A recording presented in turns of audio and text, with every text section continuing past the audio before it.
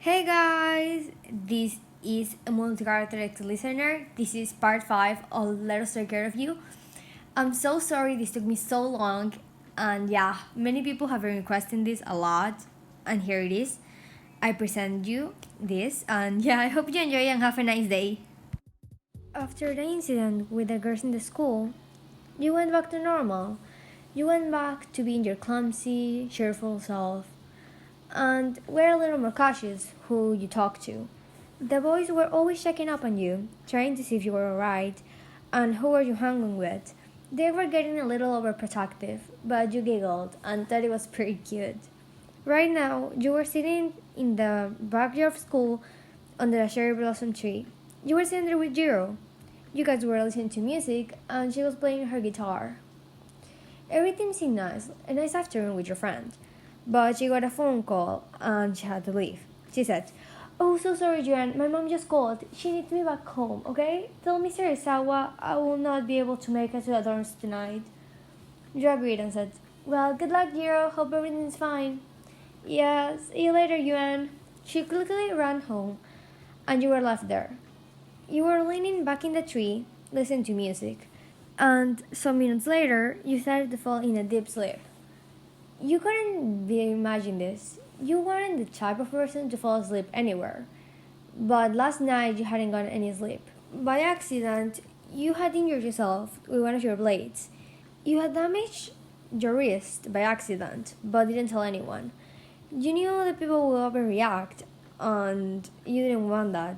It had been enough these past few weeks that the guys had to take care of you. You were there sleeping peacefully, but suddenly a pain awoke in you.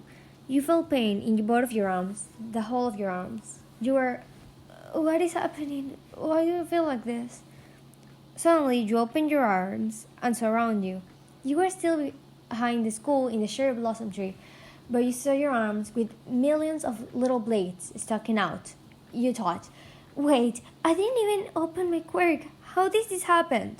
They continued to overflow, and the blood was running down your arms quickly. It hurt a lot. You were adjusted to pain, but this hurt way too much. This was something you were not used to. It got worse and worse, and you screamed and cried. It was after school hours, so no one was there, and you just kept bleeding out. You tried to stand up, but you quickly just fell back down, because blades also started coming out of your legs. It had been already 5 minutes. Your whole arms were covered in mini blades, and same as your legs. You couldn't stand up. The pain was too horrible, and you were just a crying mess. Back at the dorms, Bako was being a mess, looking for you. He said, "Hey, idiot! Who has seen Juan? I haven't seen her all day." Then Izuku stood up from the couch and said, "You're right, Kashan. I haven't seen her today. I was actually looking for her. I wanted to ask her something about the hero training on her crate, but I couldn't find her." Then Mina said, "Well, I recalled she was with Jiro, but Jiro texted me saying she had to go back to her mom's house. I don't know what happened, but she left Joanne alone. After that, I don't know anything much about her." Everyone started to panic. They couldn't tell Mr. Isawa because then you would get in trouble for being out of the dorm in late night hours. So, they just went to sleep and hoped you'll be back in the morning. But Bakugo and Midoriya weren't satisfied with the answer. They quickly went to look for Kirishima and Todoroki. Bakugo went to look for Todoroki, and Midoriya went to look for Kirishima. Then they gathered out of the dorms in the door. Bakugo said, "Okay, idiots, look, Joy's not here. She's not the type of person just to disappear just like that. Something must have happened. So we're gonna look for her, and I don't care your opinion. Got it?"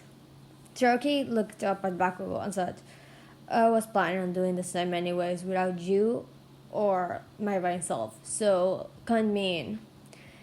Kirishima smiled. "Well, Yuri is my best friend, so it's the manly thing to do, isn't it?" Midoriya chuckled and said, "Well, Joanne is my friend, and she's very important for me.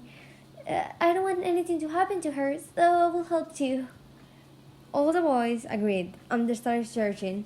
They decided to walk to the buildings of UA, seeing if you were sitting in one of the chairs by accident and falling asleep, noticing you had been sleeping the night before. They couldn't see anything. They were walking through the halls of UA, screaming, Yuan, are you there? Yuan, please come out.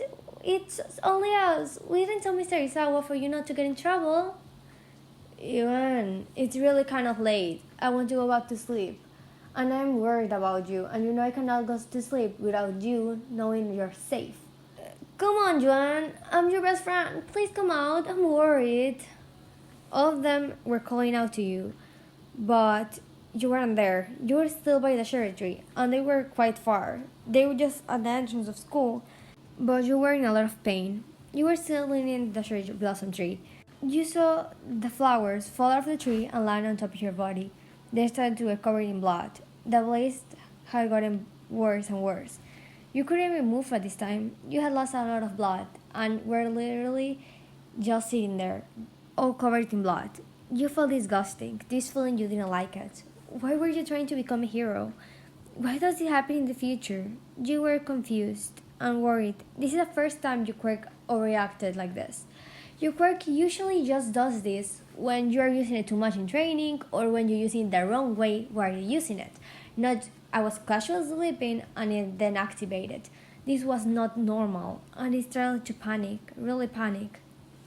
You thought it was maybe all the stress you were putting through, all the exams, the training, and much more. You didn't want to worry anyone about you, but you needed help and you were in a lot of pain. You were still crying and you couldn't stop, even though you wanted to. Midoriya, that was already in class 1A with the rest of the boys, saw that your bags were still in class, and they said, Wait, if Yuan's bag's still here, then it could mean... He stopped for a second and looked around, and then continued. Well, Yuan obviously always after school goes to this cherry blossom tree she really loves. She goes there with Jiro mostly, or with Mina. They go to listen to music and hang around. One time I followed her, so I know that. Bakugo frowned and said, So, Deku, now if you're some stalker, you kept getting weirder and weirder. Todoroki then hit Bakugo in the head and said, Bakugo, that's no way to talk to your classmates. Midoriya was just fooling Yuan because, I don't know, she finds her interesting. I don't really care. We just need to find Yuan. Let's go check the cherry blossom tree to see if she's alright, okay? The three other boys nodded, and they started heading there. All of them hoped you were there, and were wondering why you didn't just go back to the dorms. When they saw the scene in front of them, their eyes widened. They saw you, leaning against the cherry blossom tree. You were covered in blood, but you still had that glow that always drive them to you. But you looked miserable. You had blades sticking out of your both arms, legs, and one starting to go off your throat. It was not a pretty sight. It was actually terrifying. You spoke softly. Who is there? Then Kirishima went running to you and said, Yuan, it's us. It's just us. Relax. We'll get you through recovery, girl. Everything's gonna be fine. All of them started to get worried, and Bakugo took out his phone and called Mr. Isawa and said, Mr. Isawa, we have a problem. We found Yuan. She had one missing. We didn't tell you because we know she's going to get in trouble. But we're at the back of school in the cherry blossom tree. She has blades coming all over her body. Please come help. She's losing a lot of blood. Mr. Isawa heard that through the other line and dropped his phone. He quickly told President Mike to get Recovery Girl and meet them there. When they came, it was Recovery Girl, President Mike, and Eraserhead, and also they had called an ambulance. When they saw your state, they were terrified. They had never seen you like this. Yeah, your quirk had a lot of malfunctions, but that wasn't a normal malfunction. The blades have just gotten stronger and longer. It started like mini blades, and now they were huge, and it seemed you were in a lot of pain. The boys were surrounding you. Midoriya was crying. Bakugo was trying to hold his tears, and Kirishima just had a sad expression. Todoroki, that was a well-collected person, was in the verge of tears as well. Quickly, they said, Get away from Yuan. Recovery Girl went to see her, but she said, Let's take her to the hospital. I cannot do anything here. She's losing a lot of blood. They carried you into the ambulance and they started driving away. You were barely just awake. You could hear all the noises around you, everyone, Kushima, Bakugo, Deku, Todoroki, the teachers. But you couldn't respond. You were too weak. You felt a lot of pain in your body. The blades just getting worse. You tried to stop your quirk, but it was useless. It was you were out of control, and that terrified you. You were seriously scared. You didn't want this. You want to go home, see your family, see your friends, spend time with your friends, live like a normal teenager. But this was horrible. You were still crying. You were in the ambulance, accompanied by Recovery Girl and Eraserhead. Recovery Girl said, "Sweetie, don't worry. Everything will be alright. Just relax, Yuan. You're a strong girl. Everything will be fine." Mr. Isawa looked at you with a sad expression. He will never admit it aloud, but you were one of his favorite students, and seeing you like this was sad. After like a 30-minute ride, but it seemed longer to you, you finally arrived at the local hospital. They carried you into emergencies, and a lot of medics are treating you. They tried to remove the blades, but when they removed ones, only new ones started growing. It took a lot of time, and they had to get you into surgery.